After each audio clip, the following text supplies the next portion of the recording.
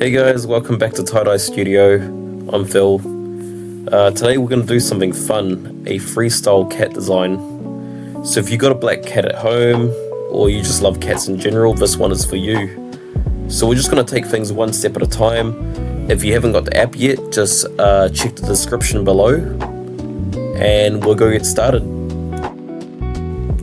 So first I'm going to start off by drawing out my tie lines.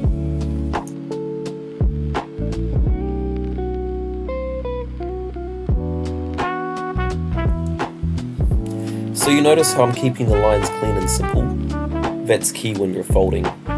You want to be able to actually fold those lines without it getting too fiddly.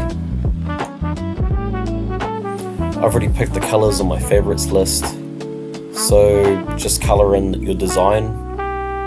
Just pretend it's dye. In this case I'm using a bit of parakeet green, black, turquoise and navy blue.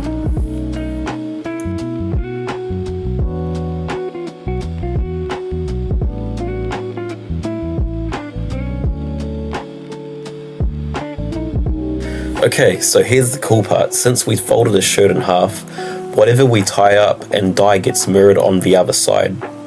So if you look at it, we've got a perfectly symmetrical cat. And you can save your dye profile for future projects. The shirt's been soaked in soda ash for 20 minutes and has been put on spin in the washing machine for 5 minutes, so it's still damp but not soaking wet. I use a washable marker when drawing out my lines. You can use any washable marker, just whatever you get from your general store. Otherwise, if you don't have one, highlighters can work really well. They leave really strong lines, so it's easy to see your folds, and they wash out really easy too. I use the sleeve to sleeve fold method, so that way I can do something on the back. Yeah, so I'll just link a really good tutorial for that sleeve to sleeve method. I'll link it in the description below. Oh yeah, here's a pro tip. Work small to big. Tie up your smaller details first, and that gives you more room to maneuver. Then tackle the larger shapes last. It's way easier and you've got less fabric in your way. And make sure your lines are tied up nice and tight too.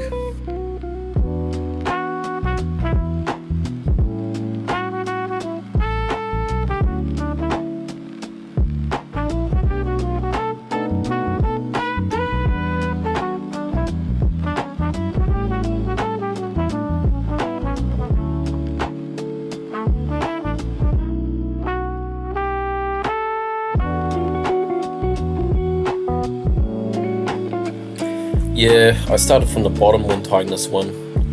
The ears are a pain in the ass to tie up, so I leave those to last.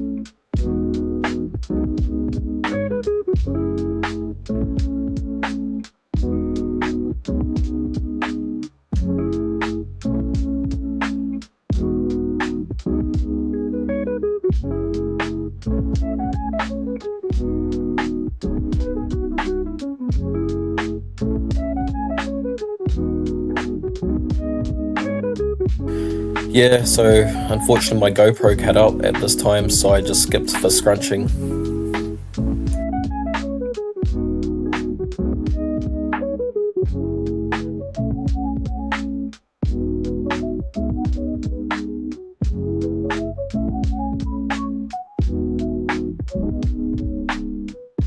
I'm laying down the brighter colours first, and they act as a barrier for the darker dyes, so that means less colour bleed. When the black goes on next, it stays where I want it. If you want even less colour bleed, I'd recommend sodium alginate, and you can add that to your next dye batch. You can find that on the Dharma dye store, so I'd recommend that highly. For my black, I'm mixing two different dyes, Raven Black from Dharma dye and Jet Black from Jacquard. On their own, Raven Black is solid, but it doesn't quite get me where I want to be. So I blend them together, and that's when you get a true deep black. Yeah, Jacquard is a bit pricier, but if you want that rich dark result, I reckon it's worth the investment. If you want to try the black mix I'm recommending, I'll send you the link for the Jacquard Black in the description below.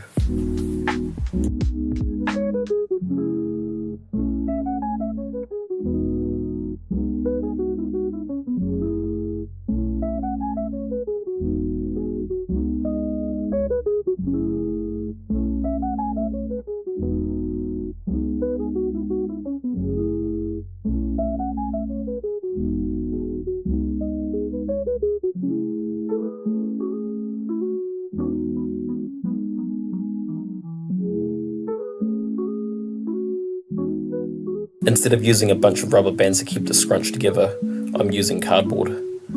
It just holds the whole fabric in place, and I can just flip it over like an egg. It's kind of a lazy way of doing it, but it works.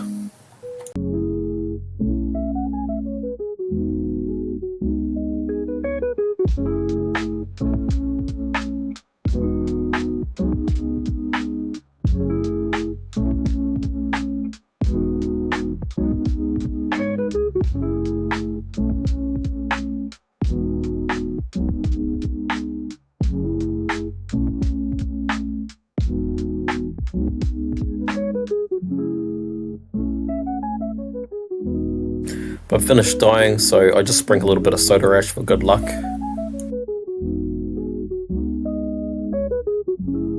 And while the fabric's still on the cardboard, I just slide it inside a plastic bag and tie it up and let it cure. Give it 24 hours and then we'll check back later.